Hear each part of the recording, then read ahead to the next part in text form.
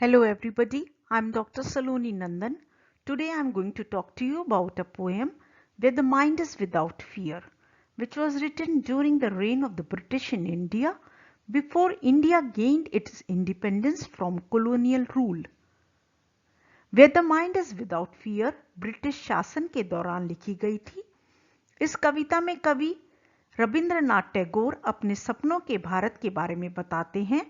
यह वह भारत है जो उन्हें आशा है कि ब्रिटिश शासन से अपनी स्वतंत्रता के बाद बनाया जाएगा। Rabindranath Tagore is famous as a poet, dramatist and also referred as the Bard of Bengal. He is the first Indian lyricist to win the Nobel Prize in Literature. Rabindranath Tagore एक कवि, नाटककार और बंगाल के बार्ड के रूप में प्रसिद्ध हैं। वह साहित्य में नोबेल पुरस्कार जीतने वाले पहले भारतीय गीतकार हैं।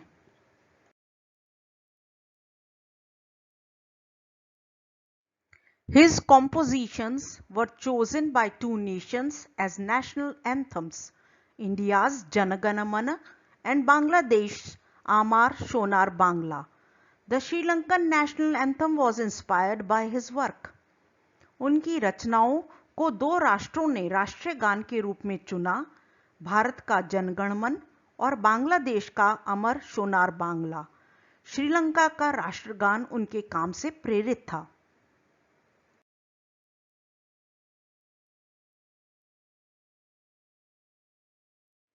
The poem Where the Mind is Without Fear has been taken from Tagore's collection of poems Gitanjali, which means song offering.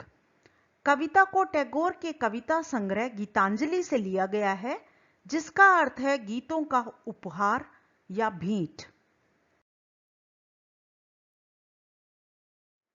The poem is written in the form of a prayer and was included in the volume called Naivedya. The original poem bears the title Prarthana, meaning prayer. कविता प्रार्थना के रूप में लिखी गई है और इसे नैवेद्य नामक खंड में शामिल किया गया था। मूल कविता का शीर्षक प्रार्थना है।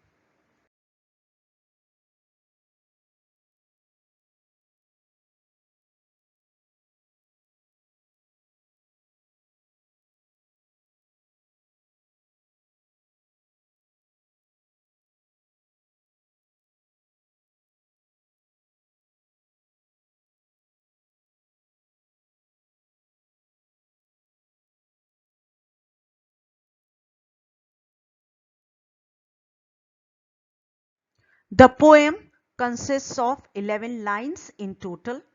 These lines are not divided into sentences, but the whole poem is a single sentence. This poem was published in 1912. Rabindranath Tagore received the prestigious Nobel Prize for Literature for this anthology in 1913. कविता में कुल 11 पंक्तियां हैं। ये पंक्तियां वाक्यों में विभाजित नहीं हैं, लेकिन पूरी कविता एक वाक्य है। यह कविता 1912 में प्रकाशित हुई थी। रविंद्रनाथ टैगोर को इस साहित्य के लिए 1913 में प्रतिष्ठित नोबेल पुरस्कार मिला था।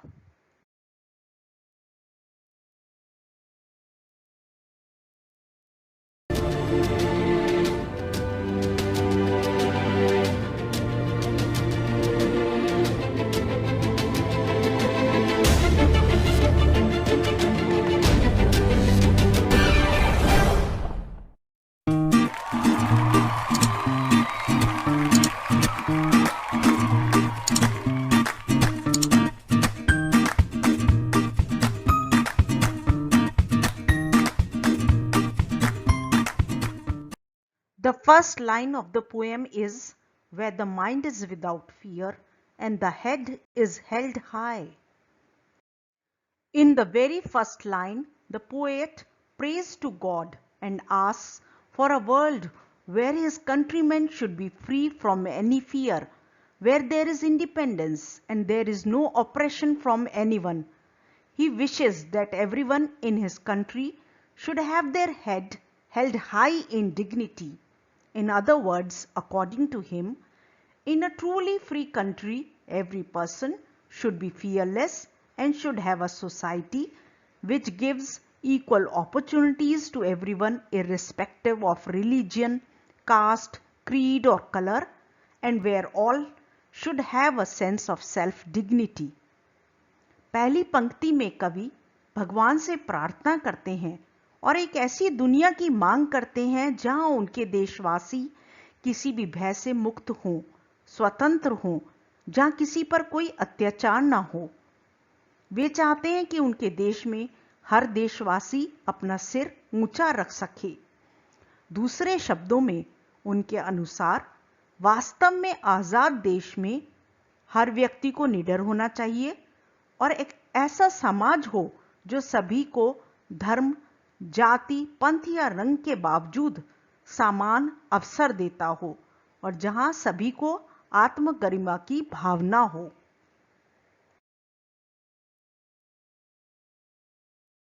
Second line of the poem, where knowledge is free. For the second line, the poet says that the country should be a place where knowledge is available to everyone equally and free of cost without any discrimination on the basis of caste, gender, religion और economic status. देश एक ऐसा स्थान होना चाहिए जहां जाति, लिंग, धर्म या आर्थिक स्थिति के आधार पर बिना किसी भेदभाव के सभी को समान रूप से मुफ्त में ज्ञान उपलब्ध हो।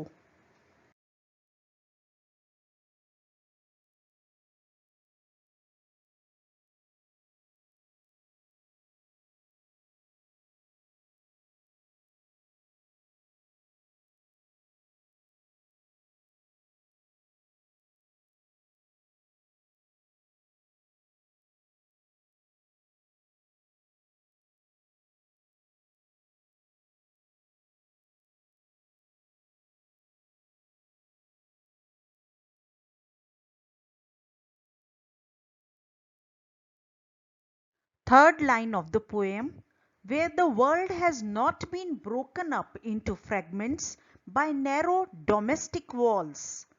Fragment means a small part broken off or separated from something.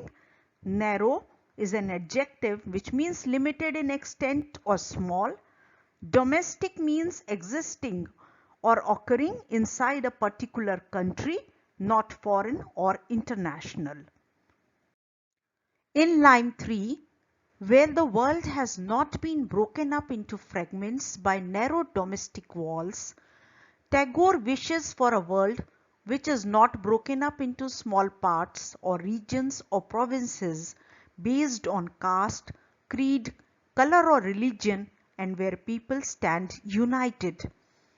Tagore एक ऐसी दुनिया की कामना करते हैं जो जाति, पंथ, रंग या धर्म के आधार पर छोटे छोटे भागों में या छोटे छोटे क्षेत्रों या प्रांतों में ना टूटी हो और जहां लोग एकजुट हों।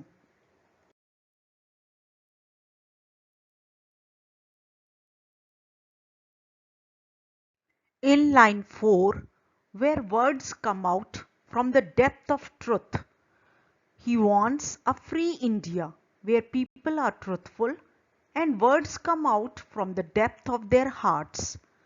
वे एक ऐसे स्वतंत्र भारत चाहते हैं जहां लोग सच्चे हों और उनकी दिल की गहराई से शब्द निकलते हों। Line 5 of the poem, where tireless striving stretches its arms towards perfection. Tireless is an adjective which means not tired, na thakne wala. Striving, make effort to achieve or obtain something. Stretches, to straighten or extend one's body to its full length in order to reach something. In line 5, where tireless striving stretches its arms towards perfection, Tagore wishes for a nation where everyone is free to work hard and constantly make efforts for anything they desire for their own or for the good of the nation.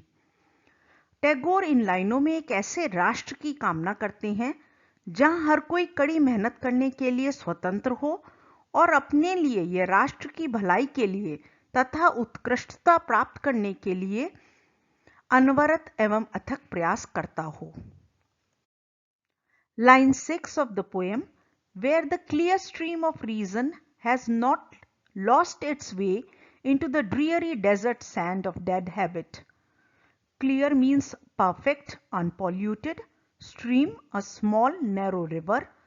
Dreary is an adjective which is used to describe the desert. Dreary means depressingly dull and bleak or repetitive. Let's look at the explanation of the line 6 of the poem, where the clear stream of reason has not lost its way into the dreary desert sand of dead habit. The poet prays to God that Indians should be liberal and progressive in their thoughts and actions.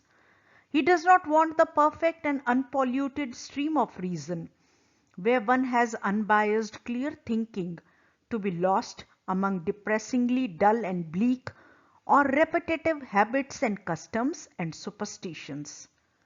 कवि भगवान से प्रार्थना करते हैं कि भारतीयों को विचारों और कार्यों में उदार और प्रगतिशील होना चाहिए। उन्हें गंदी आदतों, बुरे संस्कारों और अंधविश्वासों का दास नहीं होना चाहिए। विवेक की निर्मल सरिता सड़ी गली मातृत्व आदतों की मरुभूमि में नहीं सूखनी चाहिए।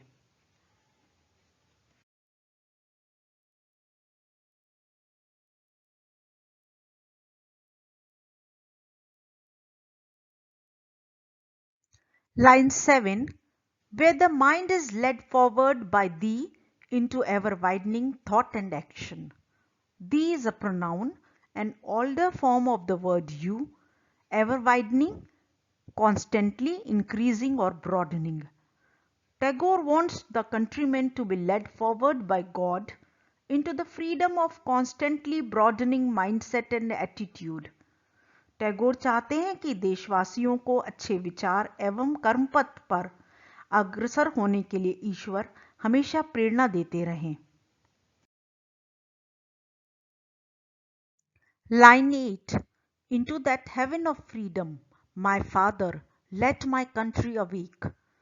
The poet also prays genuinely that his country rises from the slavery's sleep and awakes into such a heaven of freedom. कवि यह भी चाहते हैं और सच्ची प्रार्थना करते हैं कि उनका देश गुलामी की नींद से उठे और स्वतंत्रता के ऐसे स्वर्ग में जागे। Look at the form of the poem. The poem is written in free verse, having no rhymes or pattern.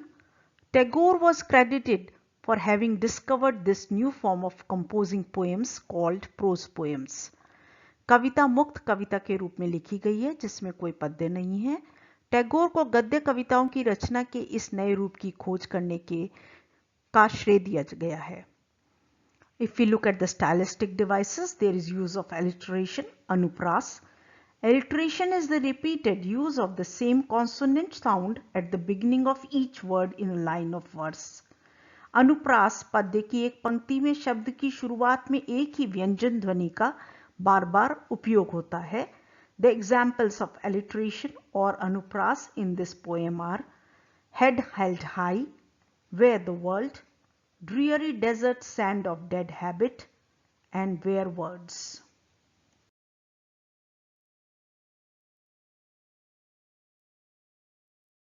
There is use of metaphor in the poem.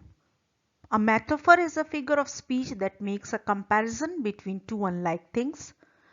In simpler words, comparing two words that are not clearly related to each other. रूपक वो अलंकार है जो दो विपरीत भावों या वस्तुओं के बीच तुलना करता है। सरल शब्दों में दो शब्दों की तुलना करना जो स्पष्ट रूप से एक दूसरे से संबंधित नहीं है। कविता में रूपक के उदाहरण हैं clear stream of reason and dreary desert sand of dead habit. Here, reason is compared to clear stream and dead habits are compared to dreary desert sand.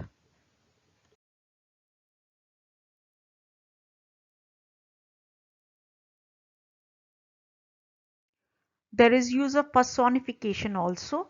Personification refers to attributing human qualities to inanimate ideas. In the poem, a tireless striving stretches its arms towards perfection has been personified like a human being stretching his arms to reach his goal through perfection. मानवीकरण अलंकार जब प्राकृतिक चीजों में मानवीय भावनाओं के होने का वर्णन हो तब वहां मानवीकरण अलंकार होता है। कविता में A tireless striving stretches its arms towards perfection को एक ऐसे व्यक्ति के रूप में व्यक्त किया गया है जो अपने लक्ष्य तक पहुंचने के लिए अपने हाथों को आगे बढ़ा रहा है।